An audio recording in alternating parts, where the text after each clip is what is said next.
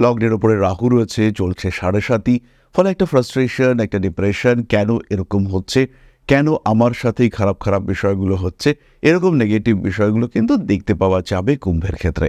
Confidence level কিছুটা ফল করতে আমরা দেখব কুম্ভ রাশি, কুম্ভ লগ্নের মানুষদের ক্ষেত্রে।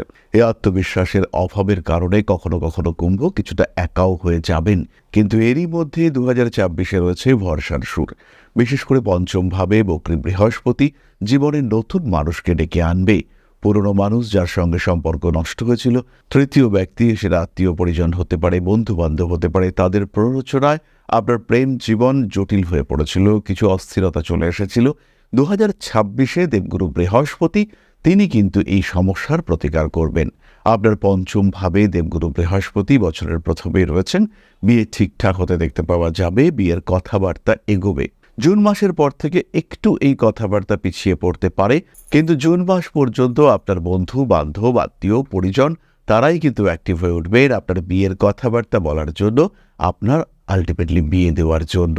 বছরের একদম শুরুতেই কিছুটা ত্রিকোণ প্রেমের শিকার হতে পারেন। আপনার প্রেমিকা বা আপনার প্রেমিক তাকে দ্বিতীয় কোনো মানুষ ভালোবাসছে, বা সে দ্বিতীয় তৃতীয় কোনো মানুষের সঙ্গে কানেক্টেড হয়ে রয়েছে, কিন্তু সেই মানুষটিকেই আপনি চাইছেন, এরকম একটা সিচুয়েশন তৈরি হতে পারে।